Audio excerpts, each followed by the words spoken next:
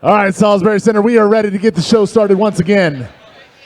Making his way to the cage and fighting out of the red corner, it's Bryan Heidler.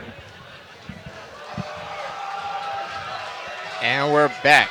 Now, Bryan's another fighter looking to secure his first win here at CageZilla. Is 0-1, number 32 in amateur middleweights in Virginia.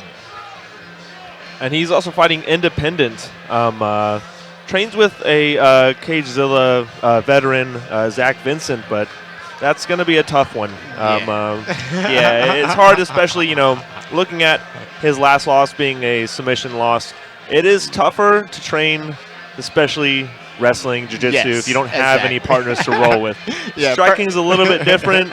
You can hit a bag at home. You can kind of practice some defense, but yeah, you got to have partners. You got to have partners for that wrestling and jiu-jitsu background. Yeah, perfectly put. Whenever I see like independent, there's always a little bit of like, is this guy training by themselves at home? Mm-hmm. But like you said, it's even more important when it comes to the actual technical parts of fighting. Yes. Like, because sometimes there are those guys out there. They're few and far in between. They're just natural strikers. Yes. They know how to throw their hands very hard and they can knock you out.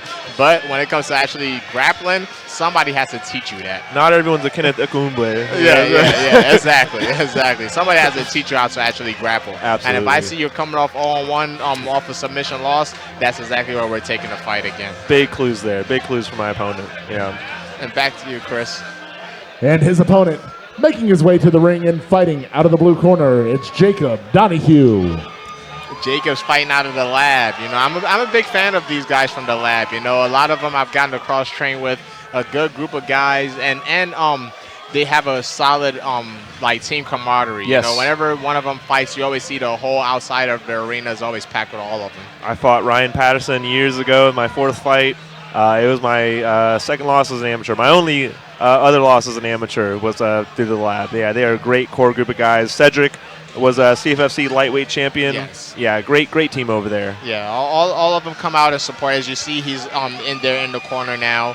I think the CageZilla 45 champ is also from the lab too, Diallo. Yep, Diallo, current champ. Yep. Yeah, so I'm expecting to see some real good stuff, especially on the jiu-jitsu side. A lot of them cross-train with like big brothers for jiu-jitsu. Yes. So I'm expecting to see good things when it comes out of jiu-jitsu. Now Jacob is also looking for his first win as an amateur. Someone's O has got to go, but not yeah. in the way that you usually hear. In a good way. Someone's O's got to go. That is hilarious. Now, Jacob is also another former Marine, So whenever I see that, I just automatically check, hey, all right, mental strength. At least I know they got that. They might not discipline. They might not have the skill, but they're going to be disciplined. Yes. And they're going to have mental fortitude.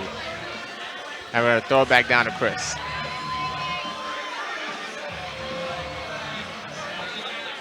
Ladies and gentlemen, this bout is scheduled for three-minute rounds in the CageZilla welterweight division. It is brought to you by our friends at ABC Supply, America's largest wholesale distributor of roofing, siding, windows, gutters, and more, and Sand Screen Printing, turning ink into art. And now, starting out, fighting out of the red corner, standing 6'1" and weighing in at 169 pounds, he is an independent fighter with a record of 0-1.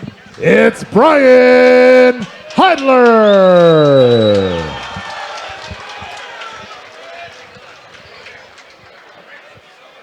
And his opponent, fighting out of the blue corner, standing 5'11" and weighing in at 168 pounds, fighting out of the lab, it's Jacob Donahue.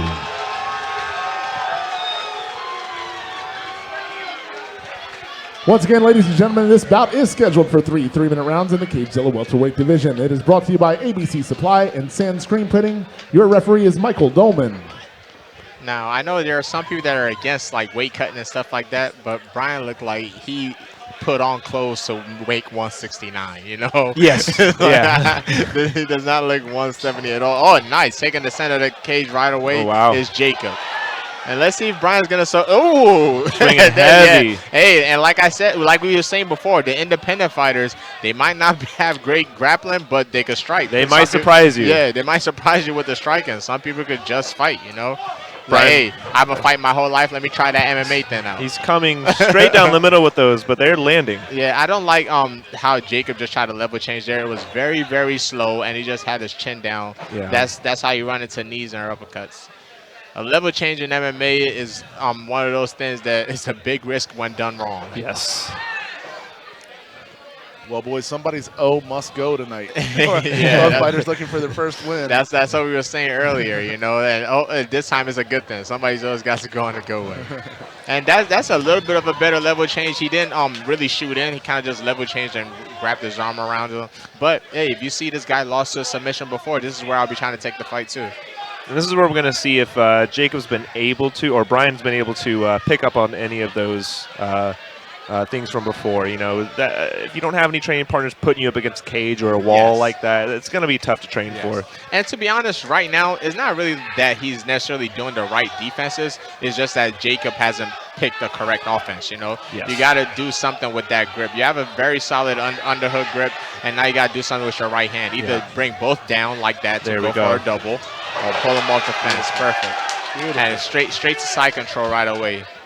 Now, the fence is right behind Bryan, man. To me, honestly, a lot of times when I'm trying to get up, I prefer to be in this position than on my back and then put my back on the fence, you know. You're kind of halfway done with a wall walk. You just have to actually perform the technique. Absolutely. I mean, you just can't let your opponent settle on top. That's the biggest thing. You got to start moving somewhere. Yeah, Bryan seems to be more concerned about blocking punches now than he is about getting up, you know. Yeah. You have a knee shield in place. Use that knee to create some separation. Push off the fence even if you can, you know.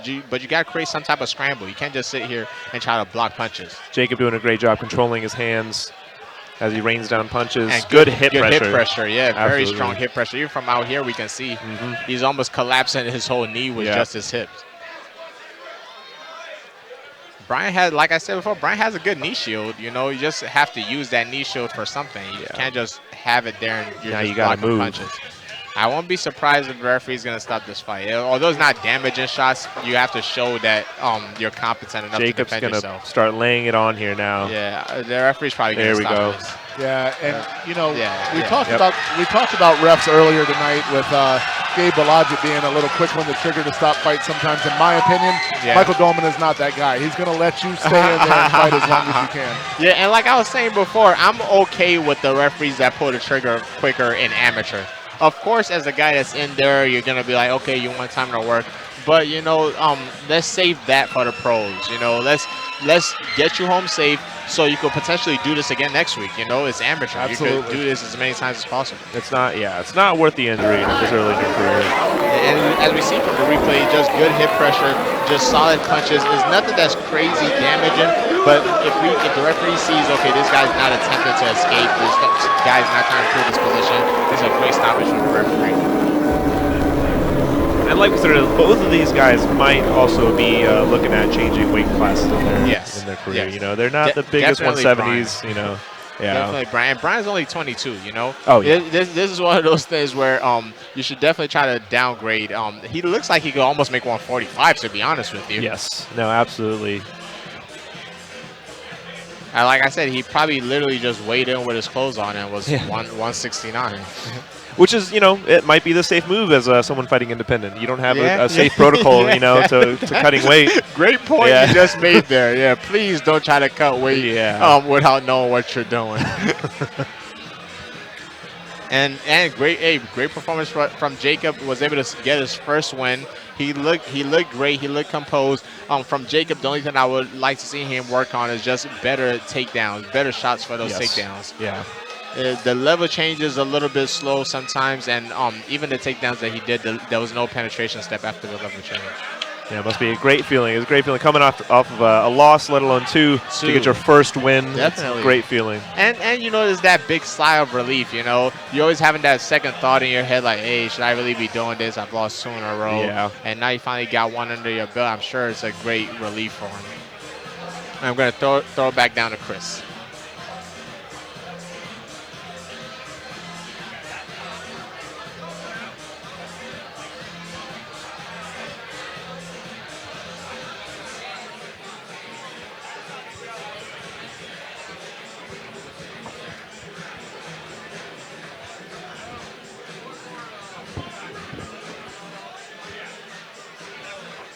think we're having a little bit of a name mixture there, you know.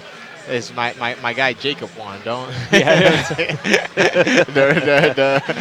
The judges have found Jacob's TKO when ineligible. Hey, I'll tell you what though, Bryan looks very, very happy for someone that just lost, lost this fight. But hey, sometimes is a glass half full kind of guy. Yeah. Hey, back down to you, Chris. Salisbury Center referee Michael Dolman has called a stop to the fight with just 15 seconds left in the very first round. For your winner by TKO due to strikes, out of the blue corner, it's Jacob Donahue.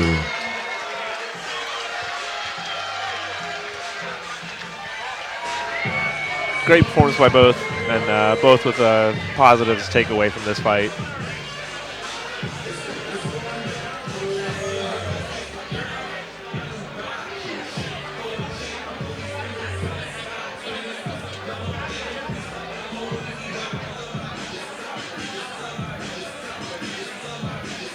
Those guys at the lab, man, they're creating a solid group of amateur guys. I mean, a solid group of pro guys too. But every time we come here, they always show out, and they always show out a big support.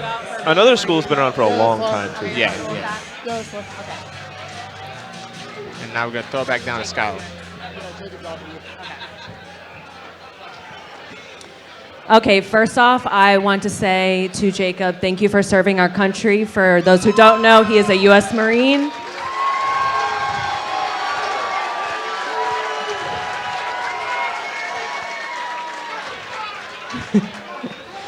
And this is your first win, so how does that feel? It feels great. We had a great game plan coming in here. My gym here at the lab, my coaches. I just want to say thank you to all you guys, my friends and family that have supported me in this journey. I just started fighting this year, and I've really taken it upon myself. And to get a first round TKO, that feels amazing.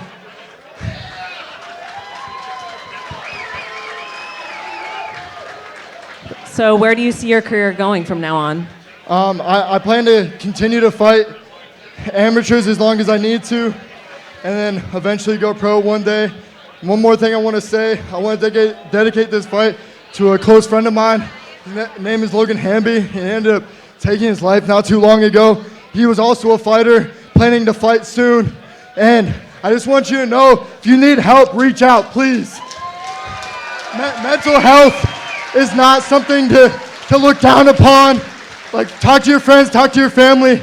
Go see someone, please. Because I hate losing friends like that. And tonight, those strikes were for Logan.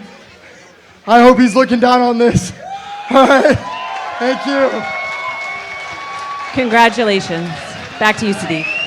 Man, it's always very tough to come into a fight when you're dealing with stuff like that. I kind of had a personal experience where like that with my debut, but I had to fight after just losing my brother. So I definitely know